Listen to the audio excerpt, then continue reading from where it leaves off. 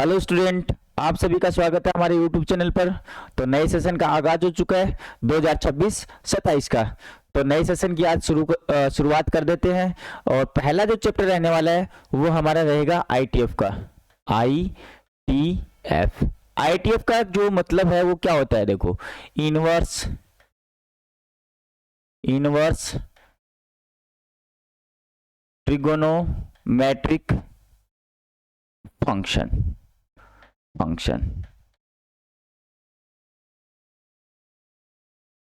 Short में हम इसको बोलते हैं आईटीएफ, और पूरा नाम होता है इसका इनवर्स ट्रिग्नोमेट्रिक फंक्शंस। अब देखो यहाँ पे तीन नाम आ रहे हैं, इनवर्स आ रहा है, ट्रिग्नोमेट्रिक आ रहा है और फंक्शन आ रहा है। अब यहाँ पे जितने भी हम जो फंक्शन पढ़ेंगे, कौन से पढ़ेंगे? ट्रिग्नोमेट्रिक, और उनका क्या पढ़ने वाले हैं? इनवर्स। तो सबसे पहले तो हमें क्या पता होना चाहिए कि ये फंक्शन होता क्या है, क्या होता है फंक्शन। तो चलिए शुरू करते हैं कि ये फंक्शन होता क्या है। सबसे पहले शुरू करते हैं कि ये फंक्शन हमारा होता क्या है। तो देखिए, फंक्शन क्या होता है? 11th क्लास में हमने रिलेशन पढ़ा है। तो क्या होता है, देखो, a relation is said to be function। क्या होता है भाई? A relation is said to be function if every element of set A has unique image in set B। क्या कहना चाह रहा है? एक रिलेशन हमारे पास, और रिलेशन में हमारे पास कितने सेट हैं? दो सेट है, सेट ए है और ये सेट क्या है? बी है। सेट ए है और सेट बी है। सेट ए का क्या कह रहा है? If every element of set A has unique image in set B, यानी कि सेट ए के जितने भी एलिमेंट है, जैसे मान लेते हैं 1 2 3 4, इन 1 2 3 4 की इमेज जो है, मान लेते हैं ये है ए बी सी डी और ई। यहाँ पे क्या होनी चाहिए? यूनिक होनी चाहिए। यूनिक का मतलब क्या होता है? सिर्फ और सिर्फ एक ही इमेज होनी चाहिए, और यहाँ पे कोई एलिमेंट बचना भी नहीं चाहिए। देखो 1 की भी इमेज है, 2 की भी है, 3 की भी और 4 की भी है। तो एक एलिमेंट की दो इमेज नहीं होनी चाहिए। यहाँ पे अगर ऐसा हो गया, F1 की मान लेते एक A है और F1 की इमेज क्या है? यहाँ पे B है। तो इस केस में इसको फंक्शन नहीं कहेंगे, यानी कि एक एलिमेंट की कितनी इमेज आ रही है हमारे पास? दो इमेज आ रही है। तो देखो फंक्शन को डिनोट कैसे करते हैं? F x equals to y. F x equals to क्या होता है हमारा? वाई होता है। यहाँ पे एक्स किसका काम करता है? डोमेन का। किसका काम करता है? ये डोमेन का। और वाई किसका काम करती है? रेंज का। अब देखो तीन वर्ड्स पढ़ते हैं हम लोग, तीन वर्ड्स पढ़ते हैं। पहला पढ़ते हैं डोमेन। क्या पढ़ते हैं? डोमेन। दूसरा होता है को डोमेन, और तीसरा जो होता है वो होती है रेंज। तीसरी क्या होती है? रेंज। देखो डोमेन क्या होता है? डोमेन हमारा जो इनपुट होता है, क्या होता है? इनपुट के जो एलिमेंट होते हैं उनको क्या बोलते हैं? डोमेन। और यहाँ पे जो सेट ए है उसको क्या कहेंगे? डोमेन। कोडोमेन क्या होता है? जो हमारे पास पॉसिबल आउटपुट्स है। मैं कह रहा हूं, क्या कह रहा हूं? पॉसिबल आउटपुट्स, यानी कि सेट बी को हम क्या बोलेंगे? को डोमेन बोलेंगे। और रेंज क्या होगी? रेंज वही एलिमेंट होंगे सेट बी के वही एलिमेंट होंगे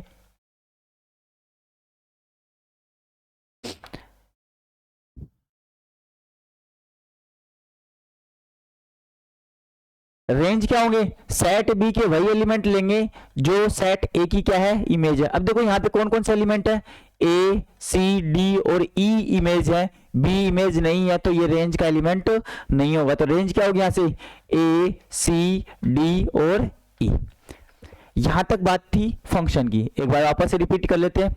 ए relation is said to be function if every element of set A has unique image in set B, यानी कि सेट ए के जो एलिमेंट है उनकी यूनिक इमेज होनी चाहिए सेट बी के अंदर। सीधी सी बात है कि सेट ए के जितने भी एलिमेंट है उनकी दो इमेज नहीं होनी चाहिए। अगर दो इमेज आ रही है तो उस केस में हम उसको फंक्शन नहीं कहेंगे। अगर सभी एलिमेंट की क्या आ रही हो? एक सिंगल इमेज आ रही है, तो उस कंडीशन में उसको क्या कहेंगे? हम फंक्शन कहेंगे। फंक्शन को किससे डिनोट करते हैं? F x equals to y से डिनोट हम करते हैं। यहाँ पे जो x होता है वो क्या होता है, डोमेन होता है, और y क्या होती है, आपकी रेंज होती है। y क्या होती है, रेंज होती है। अब तीन वर्ड्स आते हैं यहाँ पे, तीन टर्म्स आती है, डोमेन, कोडोमेन और रेंज। डोमेन क्या होती है, सेट ए को हम क्या कहते हैं, डोमेन कहते हैं, इनपुट्स। कोडोमेन क्या होता है, जितने भी पॉसिबल हमारे आउटपुट्स होते हैं उनको क्या कहते हैं, कोडोमेन। और सेट बी को क्या कहते हैं हम, कोडोमेन। और रेंज क्या कहेंगे, सेट ए की जितनी भी इमेज है सेट बी के अंदर, उनका सेट क्या होगा, रेंज होगा। ये बात थी फंक्शन की। किसकी बात थी, ये फंक्शन की। अगर इन कंडीशन को फॉलो कर रहा होता है तो वो क्या होगा, फंक्शन होगा भाई। फिर बात करते हैं, यहाँ पे फंक्शन के टाइप्स होते हैं भाई। एक पहला टाइप होता है वन वन। क्या होता है, वन वन फंक्शन, जिसको हम क्या कहते हैं, इंजेक्टिव। कौन सा कहते हैं, इंजेक्टिव फंक्शन। इंजेक्टिव फंक्शन में क्या होता है, देखो हमने डेफिनेशन पढ़ी है फंक्शन की। फंक्शन में क्या था, यूनिक इमेज। क्या होगा, यूनिक इमेज। अब अगर कोई फंक्शन है वो वन वन, देखो फंक्शन तो होना जरूरी है, हम फंक्शन को चेक करेंगे। इट मीन्स हमें जो दे रखा है वो क्या है, एक फंक्शन है, और उसको क्या चेक करना है कि वो वन वन फंक्शन है कि नहीं है, वो वन वन फंक्शन है कि नहीं है, चेक करेंगे। चेक करने के लिए क्या होना चाहिए, यूनिक इमेज तो हमारे पास पहले से ही, क्योंकि वो क्या है, फंक्शन है। क्या होना चाहिए, डिफरेंट इमेज होनी चाहिए। क्या होनी चाहिए, डिफरेंट इमेज होनी चाहिए सभी एलिमेंट की। किन्हीं भी दो एलिमेंट की इमेज सेम नहीं होनी चाहिए। जैसे मान लो ये आ गया f, जैसे यहाँ पे एक एग्जांपल ले लेते हैं, ये सेट ए है और ये क्या आपके पास सेट बी है। ये 1 2 3 4 ये है ए बी सी डी, और यहाँ पे ये क्या है, फंक्शन। क्या है ये, फंक्शन। फंक्शन को डिनोट कैसे करते हैं, या तो एफ ए टू बी लिखते हैं, या फिर ए टू बी, और यहाँ पे क्या लिख देते हैं, एफ, या फिर इसको इस तरह से डिनोट किया जाता है। वन की इमेज मान लेते बी है, यहाँ पे ई और ले लेते हैं, टू की डी है, थ्री की सी है, और फोर की ई है। अब देखो जब मैंने एफ वन इनपुट किया, वन इनपुट किया तो क्या मिला मुझे, बी मिला। F2 इनपुट किया तो क्या मिला, D मिला। और F3 जब मैंने इनपुट किया, F3 इनपुट किया तो क्या मिला, C मिला। और F4 इनपुट किया तो क्या मिला, मुझे E मिला। ये क्या होगा, वन वन होगा। अभी वन वन कब नहीं होगा, मान लेते हैं यहाँ पे एक एलिमेंट और 5, क्या है 5, और उसकी इमेज क्या है, B है। क्या है, B है। अब देखो F1 और 5 की जो इमेज होगी वो कितनी होगी, F1 और 5 की कितनी होगी, 5 की भी इमेज क्या आ रही है, B आ रही है। ये वन वन नहीं होगा। वन वन का मतलब क्या होगा, सबकी इमेज क्या होनी चाहिए, डिफरेंट होनी चाहिए। किन्हीं भी दो एलिमेंट्स की इमेज क्या नहीं होनी चाहिए, सेम नहीं होनी चाहिए। और यहाँ पे देखो पहले वाले केस में हमने देखा सबकी इमेज क्या आ रही है, अलग अलग आ रही है, तो क्या होगा, ये वन वन होगी, यानी कि सिंगल की क्या होगी, सिंगल ही होगी। यहाँ पे क्या आ रहा है, कोई दो अलग अलग हमने क्या लिए, एलिमेंट्स लिए, और उनकी इमेज क्या आ रही है, सेम आ रही, तो ये वन वन नहीं होगा, जिसको हम क्या बोलते हैं, इंजेक्टिव। क्या बोलते हैं, इंजेक्टिव। फिर सेकंड जो टाइप आता है इसके अंदर वो आता है ऑन टू फंक्शन। कौन सा, onto function. Onto function में क्या होता है, देखो ऑन टू को हम बोलते हैं सरजेक्टिव। क्या बोलते हैं, सरजेक्टिव। ऑन टू की सिंपल सी कंडीशन है, जब हमारा क्या हो जाए, कोडोमेन के इक्वल्स टू।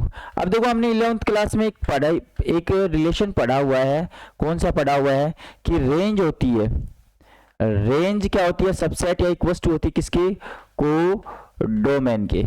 ये होता है हमेशा, हमेशा ही होगा ये। लेकिन यहाँ पे क्या हो जाए, कोडोमेन और रेंज इक्वल हो जाए। इसका मतलब क्या हो गया, जब हम यहाँ पे सेट ले रहे हैं, सेट ए ले रहे हैं और यहाँ पे सेट बी ले रहे हैं, तो सेट बी के अंदर कोई एलिमेंट बचना नहीं चाहिए। सेट बी के अंदर क्या होना चाहिए, कोई भी एलिमेंट बचना नहीं चाहिए। सब सारे के सारे जो एलिमेंट है वो सेट ए की क्या होने चाहिए, इमेज होनी चाहिए। उस कंडीशन में उसको क्या बोलेंगे, सरजेक्टिव। क्या बोलेंगे उसको, सरजेक्टिव बोलेंगे। जैसे एग्जांपल ले लेते हैं, 1 2 3 4 है, और यहाँ पे क्या है, A B C D, one की।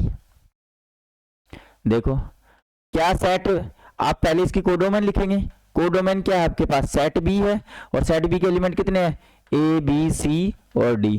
अब लिखते हैं इसकी रेंज। क्या लिखते हैं इसकी रेंज।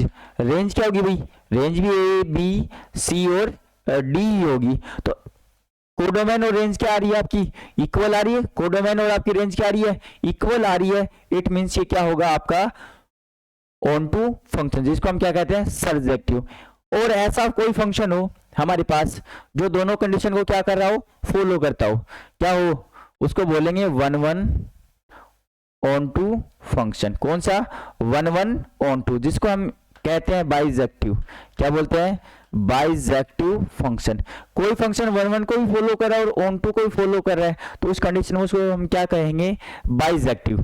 क्या कहेंगे, बाइजेक्टिव। अब देखो इतना हमने क्यों पढ़ा, क्योंकि जितने भी फंक्शन है सबका इनवर्स एग्जिस्ट नहीं करता है। तो कौन से वाले फंक्शन का इनवर्स एग्जिस्ट करेगा और कौन से वाले फंक्शन का इनवर्स एग्जिस्ट नहीं करेगा। देखिएगा, जो फंक्शन क्या हो आपके, कौन से फंक्शन हो, जो फंक्शन बाइजेक्टिव हो, जो फंक्शन क्या हो, बाइजेक्टिव हो, वही क्या होंगे, इनवर्टिबल। क्या होंगे, क्या होंगे भाई, इनवर्टिबल। इनवर्टिबल का मतलब क्या होगा, उनका इनवर्स है, उनका जो इनवर्स है वो क्या करेगा, आपका एग्जिस्ट करेगा। सभी फंक्शन का इनवर्स एग्जिस्ट नहीं करेगा जो फंक्शन क्या हो आपके, बाइजेक्टिव हो। जो फंक्शन क्या हो, बाइजेक्टिव हो, सिर्फ और सिर्फ उन्हीं का इनवर्स एग्जिस्ट करेगा। अब देखो इनवर्स एग्जिस्ट करेगा तो कैसे लिखेंगे हम चीजों को, एफ एक्स इक्वल टू क्या लिखते हैं, वाई। ये हमारा क्या होता है, डोमेन। क्या होता है, ये हमारा डोमेन। कोई फंक्शन दे रखा है, एक्स किसका काम करेगा, डोमेन का, और वाई किसका काम करेगा, रेंज का। यानी कि जो इनपुट होता है वो हमेशा किसका काम करता है, डोमेन का, और वाई जो होता है वो किसका काम करता है, रेंज का। जो आउटपुट होता है वो क्या होता है, रेंज होती है। जब हम इनवर्स करेंगे तो क्या होगा, x equal to f inverse y. अब ये वाई किसका काम करेगा, डोमेन का। वाई किसका काम करेगा, डोमेन का काम करेगा। यानी कि जो हमारी रेंज थी फंक्शन के अंदर, वो इनवर्स फंक्शन में आते ही किसका काम करेगी, डोमेन का काम करेगी। और ये किसका काम करेगी, रेंज का।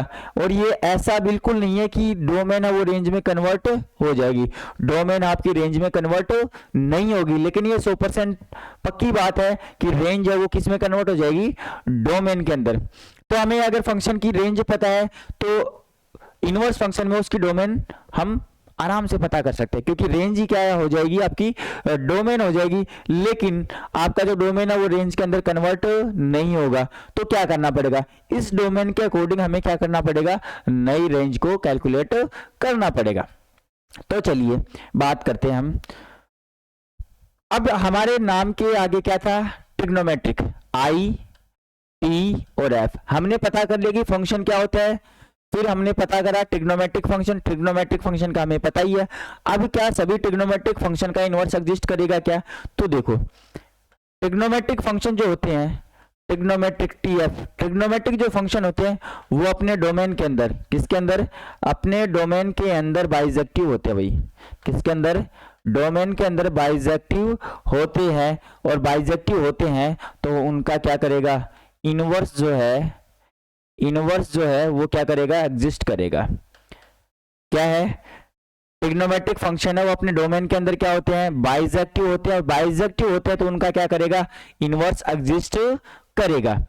ऐसे ही पोलिनोमियल जितने भी होते हैं आपके, पोलिनोमियल्स जो होते हैं वो अपने डोमेन के अंदर क्या होते हैं, बाइजेक्टिव होते हैं। बाइजेक्टिव होते हैं उनका इनवर्स एग्जिस्ट करेगा। चलिए बात करते हैं ट्रिग्नोमेट्रिक फंक्शन की। हमारे पास टोटल कितने ट्रिग्नोमेट्रिक फंक्शन है, 6 हैं। पहला कौन सा है, देखो साइन थीटा। दूसरा कौन सा है, कोस थीटा। तीसरा कौन सा है, टेन थीटा। चौथा जो है हमारे पास वो कौन सा है, कोट थीटा। फिर पांचवा कौन सा है, सेक थीटा। और छठा कौन सा है हमारे पास, कोसेक थीटा। कौन सा है, कोसेक थीटा। 6 ट्रिग्नोमेट्रिक फंक्शन है। अब 6 ट्रिग्नोमेट्रिक फंक्शन है तो सबसे पहले क्या करेंगे, इनकी रेंज और डोमेन लिखना सीखेंगे। देखिए जैसे ही हम डोमेन, रेंज और डोमेन लिखने का मैं आसान तरीका समझा देता हूं। इससे आसान तरीका कहीं नहीं होगा भाई, इससे आसान तरीका कहीं पे भी नहीं होगा। तो देखते जाइए कैसे कैसे मैं एक सिंपल तरीके से इसकी रेंज और डोमेन लिखना सिखाता हूं आपको। इसमें लिखेंगे हम इसकी डोमेन यानी कि इसका इनपुट, और यहाँ पे क्या लिखेंगे, रेंज, डोमेन और रेंज। साइन थीटा, अब यहाँ पे थीटा पुट करेंगे। थीटा क्या है, यहाँ पे इसका डोमेन है, तो हम क्या लिख देंगे, सबसे सारे के सारे के अंदर आर लिख देंगे भाई। क्या लिख देंगे, आर फॉर क्या होगा, रियल नंबर। ठीक है। जैसे टेन थीटा में आएंगे, टेन थीटा कहाँ पे नेगेटिव सॉरी जीरो होता है? तो ध्यान रखेंगे एक बात का, जब भी हम ट्रिग्नोमेट्री पढ़ेंगे तो ये वाली जो लाइन होती है 0, फिर पाई, 2 पाई, 3 पाई, तो इसको हम बोलते हैं एन पाई की लाइन। एक्स एक्सिस को क्या बोलते हैं? एन पाई की लाइन। और ये क्या होती है? Pi by 2, 3 pi by 2, 5 pi by 2, 7, 9, 11 ऐसे चलता रहेगा, तो इसको बोलते हैं 2n+1, यानी कि पाई बाई 2 का ओड मल्टीपल। पाई बाई 2 का ये क्या है? Odd multiple. अगर कोई फंक्शन इस वाली लाइन पे नॉट डिफाइन हो रहा है, क्या हो रहा है? फंक्शन डिफाइन नहीं हो रहा है, तो उसको क्या करेंगे?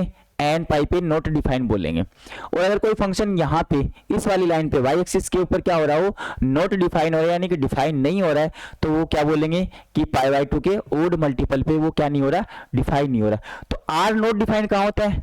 पाई बाई 2 पे ही तो होता है। हम सिर्फ पाई बाई 2 को पकड़ेंगे तो क्या कर देंगे? r minus 2n+1 into pi by 2 हो जाएगा। फिर आता है कोट थीटा। कोट थीटा कहाँ पे नॉट डिफाइन होता है? इस वाली लाइन पे। तो r माइनस क्या कर देना आपको? एन पाई, r माइनस एन पाई। सेक थीटा कहाँ डिफाइन नॉट डिफाइन होगा? 90 पे। तो सेक थीटा को क्या लिखेंगे? 2n+1 into pi by 2। और कोसेक थीटा कहाँ नॉट डिफाइन होता है? एन पाई पे। तो r माइनस एन पाई, r माइनस एन पाई। अब देखो रेंज की बात करते हैं, तो साइन थीटा की मैक्सिमम और मिनिमम वैल्यू कितनी होती है? -1 से 1। कोस थीटा की भी -1 से 1 होती है। जब टेन थीटा की बात आएगी तो r आएगा, कोट थीटा की बात आएगी तो भी r आएगा, रियल नंबर आएगा। सेक थीटा में क्या करेंगे? r लिख देंगे और r लिख देंगे। सेक थीटा किससे बना है? Cos theta. तो इसकी जो रेंज है वो क्या कर देंगे? इसमें से देखो ध्यान देना, यहाँ पे क्या है? क्लोज ब्रैकेट है, और यहाँ पे कौन सा ब्रैकेट है? ओपन ब्रैकेट है। और इसकी भी क्या होगी? -1 to 1। मैंने ये इसलिए बताया था कि आपको जब इनवर्स का लिखेंगे तो थोड़ी आसानी रहे, थोड़ी सी आसानी रहे आपको। अब देखो इनवर्स की बात करते हैं, देखिएगा। इनवर्स फंक्शन जब हम लिखते हैं तो हमने अभी अभी बात करी थी, जैसे कि f x equal to y लिखेंगे। क्या लिखेंगे? F x equal to y. तो हमारे पास एक्स इक्वल टू क्या बनेगा? F inverse y. ये हमारा क्या था? देखो अगर हम लिखे इसको तो साइन थीटा इक्वल टू क्या बन रहा था? वाई। तो ये क्या था? हमारी डोमेन, और ये रेंज थी। अब ये क्या कन्वर्ट हो जाएगी? जब इनवर्स फंक्शन लेंगे तो ये रेंज किस में कन्वर्ट हो जाएगी? आपकी डोमेन के अंदर। रेंज किस में कन्वर्ट हो जाएगी? आपकी डोमेन के अंदर। तो चलिए इनवर्स फंक्शन लिखते हैं। पहले तो इनवर्स फंक्शन को लिखते किस तरह से है? तो जब भी हम क्या लिखेंगे? Sine x equals to y, तो एक्स इक्वल्स टू क्या बनेगा आपका? Sine inverse y. अब देखो इसको लिखने के क्या क्या तरीके हैं। कई बार हम क्या लिख देते हैं? साइन वाई इनवर्स, या फिर साइन वाई का होल इनवर्स, है ना। तो ये दोनों टर्म्स गलत होंगी, दोनों टर्म्स क्या होंगी? गलत होंगी, क्योंकि हम यहाँ पे किसका कर रहे हैं? जो हम इनपुट देंगे उसका इन्वर्स कर रहे हैं भाई। और यहाँ पे जो हमारे पास टोटल आउटपुट आएगा उसका इन्वर्स कर रहे हैं। और ये क्या है? किसको शो करता है? ये फंक्शन का इन्वर्स है। ये किसका इन्वर्स है? और हमें फंक्शन का ही तो इन्वर्स करना होता है। तो ये किसका इन्वर्स होता है? फंक्शन का इन्वर्स। तो सही तरीका कौन सा होता है? ये वाला बिल्कुल राइट तरीका है। तो जब भी हम इन्वर्स फंक्शन को लिखेंगे तो क्या लिखेंगे? X equal to sine inverse y. तो चलिए शुरू करते हैं, कैसे कैसे बात बनती है। यहां पे आएगा साइन इनवर्स वाई, ठीक है। फिर क्या बनेगा? Cos inverse y. फिर बनेगा हमारे पास टेन इनवर्स वाई। फिर बनेगा हमारे पास कोट इनवर्स वाई। फिर क्या बनेगा? Sec inverse y. आप कुछ भी ले सकते हो वाई की जगह, कोई जरूरी नहीं है वाई लो, है ना। लेकिन पता होना चाहिए आप एक्स क्या ले रहे हो और वाई क्या ले रहे हो। और लास्ट में बनेगा कोसेक इनवर्स वाई। तो हम डोमेन तो लिख देंगे। डोमेन कहाँ से लिख देंगे? हमें पता है इनकी रेंज के बारे में। किसके बारे में? रेंज के बारे में। तो इसकी रेंज कितनी है? -1 से 1। -1 से 1। इसकी रेंज कितनी है? -1 से 1। इसकी रेंज कितनी है? r है। इसकी रेंज कितनी है? r है। इसकी रेंज कितनी है? r और r। -1 से 1 और इसकी रेंज -1 से 1। ओपन ब्रैकेट है, बिल्कुल सही है। अब देखो इसकी, जब मैंने बताया था डोमेन तो हम क्या लिख देंगे, इस रेंज से लिख दिया, डोमेन को कहां से लिख दिया, इस रेंज से लिख दिया, लेकिन इसकी रेंज है वो हमें डिफाइन करनी पड़ेगी। क्या करनी पड़ेगी, रेंज है वो डिफाइन करनी पड़ेगी। तो हम चलेंगे इसके ग्राफ की तरफ, किसकी तरफ, इसके ग्राफ की तरफ। तो जब हम साइन थीटा का जो ग्राफ देखते हैं वो कहां से शुरू होता है, याद रखेंगे, जीरो से। कहां से शुरू होता है, जीरो से, बिल्कुल ऐसे ही होता है, इस तरह से करके होता है। और यहाँ पे क्या होती है आपकी 1 की लाइन होती है, और ये कहां से होती है, ये लाइन होती है आपकी -1 की, और ये वैल्यू कहां पे होती है, π/2 पे, और ये आपकी पाई, और यहाँ पे क्या होता है 3π/2, और ये 2π। इधर क्या होता है, ये 0 होता है, और यहाँ पे क्या होता है -π/2। अब देखो हमें वैल्यू कितनी चाहिए, -1 से 1 की। यहाँ पे अगर मैं ध्यान दूं, यहां से यहां तक अगर चलूं तो वैल्यू कवर हो रही है, ये -1 आ रहा है और ये 1 आ रहा है, और ये इसी डोमेन के अंदर क्या होना चाहिए 1 1 ऑन 2, क्या होना चाहिए 1 1 एंड ऑन 2। देखो ये यहां से यहां तक ही क्या हो रहा है 1 1 एंड ऑन 2। अगर मैं ये वाला पार्ट ले लेता हूं, यहां से यहां तक का पार्ट, ध्यान देंगे जरा, ये अगर पार्ट ले लिया मैंने यहां से यहां तक, तो देखो x की किसी एक वैल्यू पर y की कितनी वैल्यू आ रही है, 2 वैल्यू आ रही है, भी आ रही कि नहीं आ रही, देखो ध्यान से देखना, ये वाली, ये 2 वैल्यू आ रही है, और 2 वैल्यू अगर एक ही पॉइंट पे आ रही है, इट मीन्स वो 1 1 बिल्कुल नहीं है। कौन सा नहीं है, 1 1 बिल्कुल भी नहीं है। तो हम क्या करते हैं, यहां से यहां तक का ग्राफ ले लेते हैं। ये हमारी एक्स एक्सिस होती है इनपुट, और ये वाई एक्सिस होती है। जब ये इनवर्स में कन्वर्ट होगा, जो आपकी एक्स एक्सिस है वो किस में कन्वर्ट हो जाती है, वाई एक्सिस में, और वाई एक्सिस क्या हो जाता है इनपुट, यानी कि ये आपकी एक्स एक्सिस हो जाएगी। तो नया जो ग्राफ बन के आएगा वो कहां से कहां तक आएगा, सिर्फ और सिर्फ ये यहां तक ग्राफ आएगा। कहां तक ग्राफ आएगा, यहां तक ग्राफ आएगा भाई, और ये यहां तक ग्राफ आएगा। अब देखो यहां से क्वेश्चन क्या जनरेट होता है, ये -π/2 से π/2 के बीच में वैल्यू क्या हो रही है, -1 से 1। इसका मतलब रेंज क्या होगी, यहां से कौन सा ब्रैकेट आएगा, क्लोज ब्रैकेट, -π/2 से π/2। इसके बीच में कोई ऐसा एलिमेंट नहीं है जहां पे ये वैल्यू नॉट डिफाइन हो। अब क्वेश्चन ये आता है कि हमने आगे वाला क्यों नहीं लिया, क्योंकि हम चाहते तो दूसरा पार्ट भी तो ले सकते थे। ये यहां तक था भाई, π/2 तक था कि नहीं था, ये पाई, और ये क्या है आपका 3π/2, क्या है 3π/2, ये आपका क्या है π/2। मैं चाहता तो यहां से यहां भी तो ले सकता था, क्योंकि यहां पे देखो वैल्यू 1 आ रही है, और यहां से वैल्यू कितनी आ रही है -1, और हमारे डोमेन को कवर कर रहा है। क्या कर रहा है, डोमेन को कवर कर रहा है। साथ में ये फंक्शन क्या है, यहाँ पे बाइजेक्टिव भी है। क्या फंक्शन, बाइजेक्टिव। अगर ध्यान से देखो तो मैं 3π/2 को -π/2 भी तो लिख सकता हूं, लिख सकते हैं, क्योंकि अगर एंटी क्लॉकवाइज अगर हम चले यहां से यहां तक, तो ये 3π/2 है, और यहां से अगर आते हैं तो 3π/2 होता है, और यहां से चलते हैं तो -π/2। कौन सा होता है ये -π/2। तो इट मीन्स ये क्या बन रहा है, -π/2 ही बन रहा है। क्या बन रहा है, -π/2। और ये लाइन कौन सी थी, π/2, और π/2 से -π/2। और जब हम इसको लिखेंगे तरीके से तो क्या बनेगा, ये -π/2 से π/2 लिखेंगे। तो कहने का मतलब है जो इनवर्स फंक्शन होगा साइन थीटा का, वो -π/2 से π/2 के बीच में ही क्या होगा, आपका बाइजेक्टिव होगा। क्या होगा, इसी इंटरवल के अंदर क्या होगा, वो बाइजेक्टिव होगा। ओके, चलिए अब बात करते हैं कोस की, कोस इनवर्स की।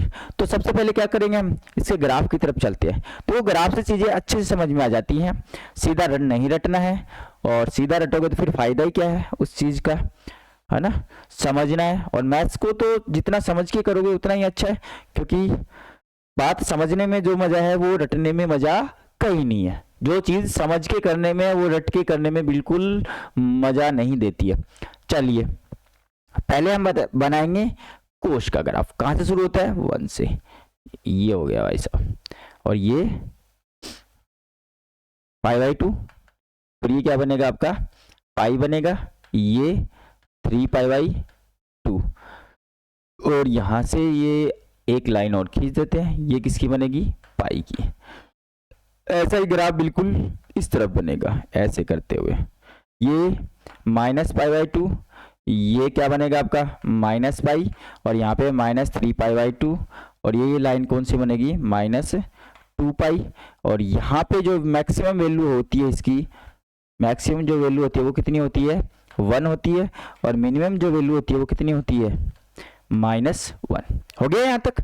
अब देखिएगा क्या है यहाँ पे डोमेन -1 से 1, डोमेन कितना है -1 से 1। अब डोमेन -1 से 1 है, हमें वैल्यू कितनी चाहिए माइनस। अगर मैं यहाँ से यहाँ तक ग्राफ को शुरू करूँ तो मैं अगर ग्राफ को शुरू कर रहा हूँ यहाँ से 0 से और पाई तक अगर लेके जा रहा हूँ, तो मेरे पास मुझे दिख रहा है कि ये फंक्शन क्या आ रहा है यहाँ पे बाइजेक्टिव आ रहा है। क्या आ रहा है बाइजेक्टिव आ रहा है। इट मीन्स मेरी जो रेंज बनेगी वो क्या बनेगी 0 से पाई, क्या बनेगी 0 से पाई तक। अगर आगे की तरफ आप जाओगे, पीछे की तरफ चले जाओ, ये देखो 0 से पाई में ही बनेगी। ये जो इंटरवल बनेगा वो हमेशा क्या बनेगा 0 से पाई ही बनेगा। तो इट मीन्स इसका जो ग्राफ बनेगा वो यहां से यहां तक बनेगा, यहां से यहां तक। ये आपकी एक्स एक्सिस होती है, ये वाई एक्सिस। जैसे इनवर्स निकालेंगे तो ये एक्स एक्सिस में कन्वर्ट हो जाएगी और ये वाई एक्सिस में कन्वर्ट हो जाएगी। आसान सा तरीका, ट्रिग्नोमेट्रिक के जो ग्राफ है, ट्रिग्नोमेट्रिक के जो ग्राफ है उनकी हेल्प से हम क्या कर रहे हैं इनवर्स के ग्राफ कैलकुलेट कर रहे हैं। अगला देखते हैं, अगला कौन सा आपके पास टेन इनवर्स का। तो सबसे पहले हमें क्या पता होना चाहिए टेन का ग्राफ। चलिए टेन का ग्राफ उठाते हैं। किसका ग्राफ उठाते हैं टेन थीटा का।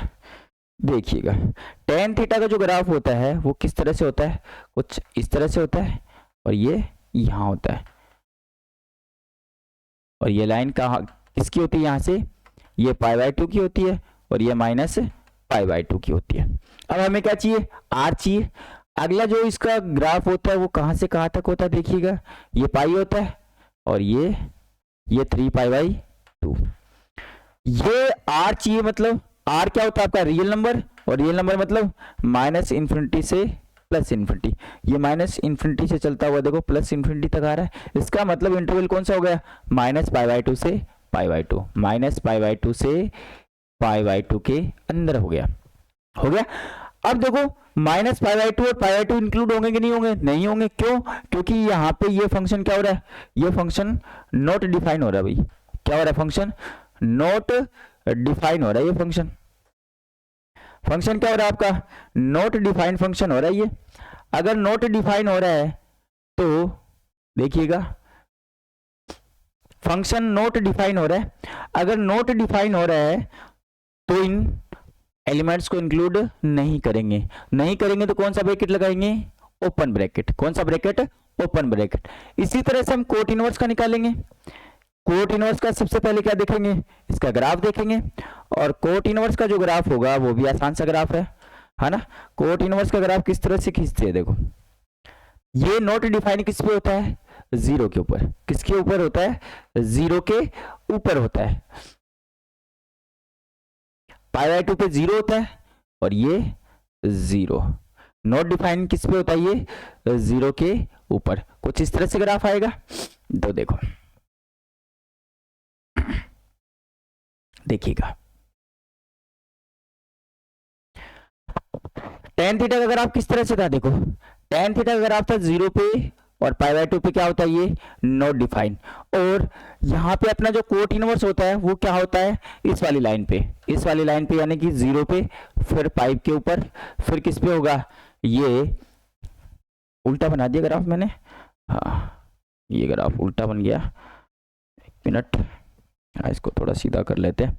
तो ये ग्राफ किस तरह से बनेगा आपका 0 पे तो पॉजिटिव आएगा और पाई पे क्या आएगा ये इधर आएगा।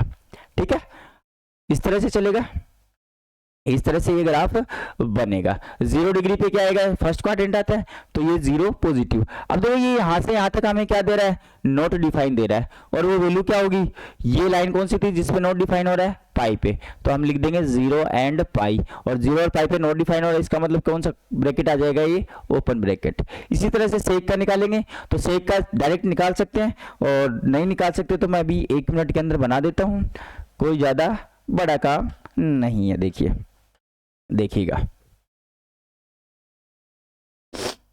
सबसे पहले तो सेक नॉट डिफाइन का होता है। देखिए सेक थीटा π/2 के ऊपर, किसके ऊपर π/2 पे, ये π/2 और ये क्या है आपका -π/2, और ये वाली लाइन कौन सी होती है, ये होती है। तो इसका जो ग्राफ होता है कुछ इस तरह से प्लॉटिंग होती है, कुछ इस तरह से। फिर आगे किस पे नोट डिफाइन होगा, ये नोट डिफाइन होगा -π/2 के ऊपर, किसके ऊपर, 3π/2 के ऊपर ये नोट डिफाइन होगा। ये पहले यहाँ पे हुआ, और 3π/2 पे वैल्यू कितनी देगा ये, हाँ सेक का ही तो पढ़ रहे हैं, 0 पे, और यहाँ पे फिर ये पाई आएगा, क्या आएगा, ये पाई आएगा भैया, ये क्या आएगा, पाई आएगा। 0, ये -π/2, ये 0 और ये π/2, ये पाई बनेगा, और ये क्या बनेगा यहाँ से 3π/2, ये लाइन कौन सी बनेगी, 3π/2 बन जाएगी आपकी, इस तरह से बनेगा ये। अब देखो हमें देखना है कि ये कहां से कहां तक काम करेगा। तो हमें वैल्यू कितनी चाहिए, r माइनस, पहले तो हम r को खोजते हैं, क्या ये यहां से यहां तक और ये यहां से यहां तक, नो आ रहा कि नहीं आ रहा बात, ये देखो 0 to infinity, sorry 1 to infinity और -1 से इन्फिनिटी, ये लाइन क्या होती है -1 की। तो ये ग्राफ इस तरह से हो जाएगा। तो इसकी रेंज क्या आएगी, 0 से पाई, क्या आएगी 0 से पाई, बट ये देखो π/2 पे क्या हो रहा है, नॉट डिफाइन हो रहा है, π/2 पे क्या हो रहा है, ये नॉट डिफाइन, π/2 पे क्या हो रहा है, नॉट डिफाइन हो रहा है। अगला इसी तरह से कोस का बनाएंगे तो क्या बनेगा, -π/2 से π/2, -π/2 से क्या बनेगा π/2, लेकिन 0 पे क्या होता है, ये नॉट डिफाइन। इस तरह से कुछ हो जाएंगे इनके ग्राफ। ये था, देखो वापस लिखने का तरीका देख लेते हैं। सबसे पहले हमने क्या किया, जो अपनी रेंज थी उनको क्या कर दिया, डोमेन के अंदर कन्वर्ट कर दिया, क्या कर दिया, रेंज को ही डोमेन लिख दिया। रेंज क्या थी इसकी, -1 से 1, इसकी -1 से 1, बाकी सब में क्या लिख देना है, r। से किससे बना है, कोस से, तो कोस की जो r थी डोमेन थी उसको माइनस कर दिया, और कोसेक इनवर्स की जो डोमेन थी उसको माइनस कर दिया। अब देखो यहाँ पे ये 3 एक जैसे आ रहे हैं, 3 एक जैसे आ रहे हैं और 3 एक जैसे आ रहे हैं, ये वाला 3 हमारे एक जैसे आ रहे हैं। कौन कौन से, ये वाला, कौन कौन से वाला, एक तो साइन इनवर्स वाई, फिर दूसरा टेन इनवर्स वाई, और तीसरा कौन सा आ रहा है, कोसेक इनवर्स वाई। इनको बोलते हैं हम फर्स्ट फैमिली के कैंडिडेट। कौन सी फैमिली होती है हमारी, फर्स्ट फैमिली। और कोश, शेक और आपका जो कोट है वो कौन सी फैमिली में आता है, सेकंड फैमिली में। कौन सी फैमिली के अंदर, सेकंड फैमिली के अंदर ये हमारा आता है, ठीक है। अब देखिए हमारे पास 2 फैमिली आ गई, कितनी फैमिली आ गई, पहली बात हमने जितनी भी रेंज पढ़ी है वो या तो -π/2 से π/2 की है, या फिर दूसरी 0 से पाई। अगर ध्यान दे हम तो -π/2 से π/2 ये कौन सा होता है, -π/2, और ये क्या होता है आपका π/2, ये 0 और ये पाई। तो 0 से पाई या तो यहां से यहां तक है, या फिर ये यहां से यहां तक है। इस वाले क्वाड्रेंट का कोई लेना देना नहीं होता, यानी कि थर्ड क्वाड्रेंट को हम बिल्कुल काम में नहीं लेंगे। अब देखो फर्स्ट फैमिली में कौन कौन से कैंडिडेट आए, 2 फैमिली हो गई, family number first, family number first, उसमें आता है आपका साइन इनवर्स एक्स, फिर आता है टेन इनवर्स एक्स, और फिर क्या आता है आपका cosec inverse x. Family number second, कौन सी family, family number second, family second में कौन आएंगे, कोस इनवर्स एक्स, फिर आएगा कोट इनवर्स एक्स, और ये आएगा आपका सेक इनवर्स एक्स।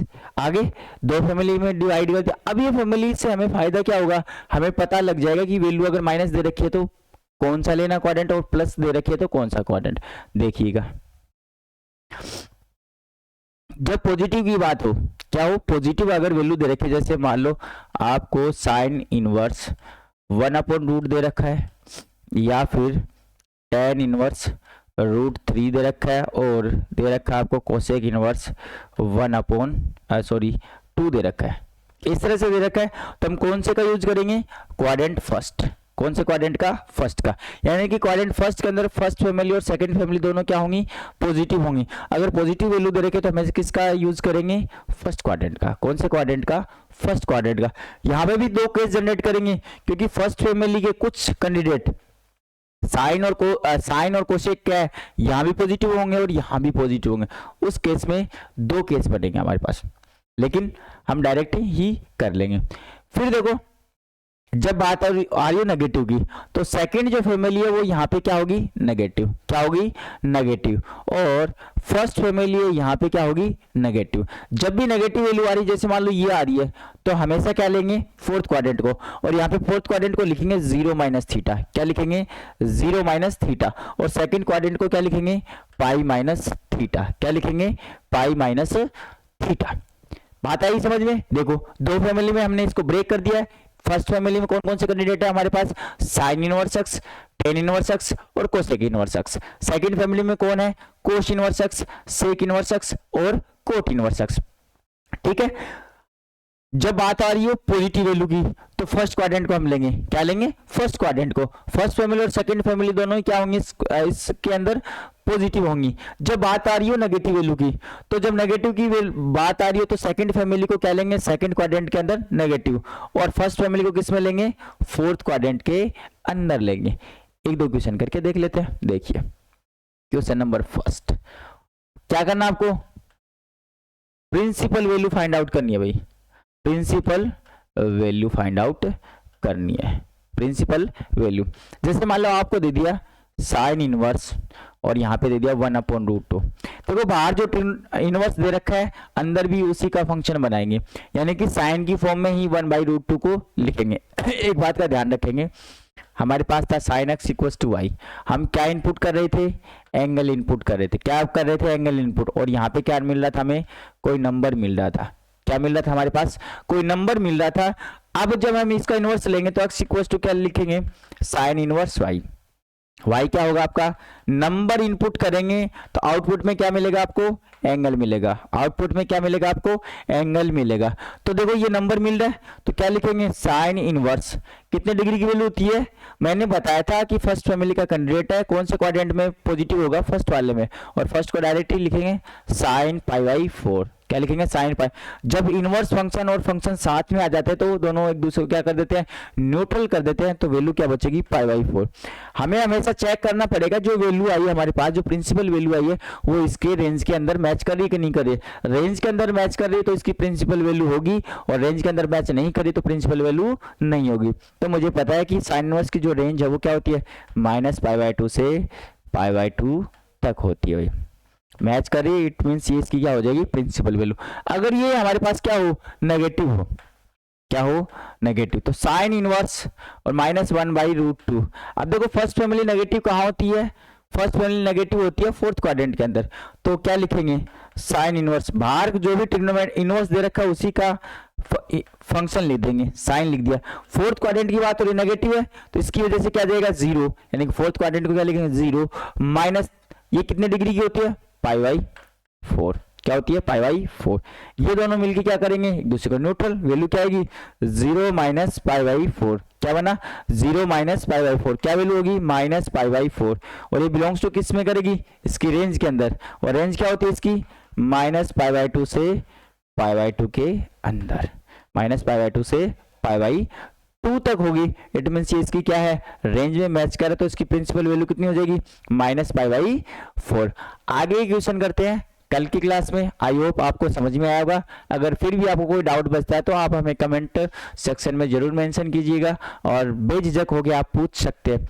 इसके अलावा अगर कोई भी आपके पास क्वेश्चन ऐसा हो जो कि आपको नहीं आ रहा हो, या फिर किसी भी चीज़ में आपको प्रॉब्लम आ रही है मैथ से रिलेटेड, तो आप हमें कमेंट बॉक्स में साझा कर सकते हो, और हम वहां से जरूर आपको सॉल्यूशन प्रोवाइड करवाएंगे। तो थैंक यू सो मच।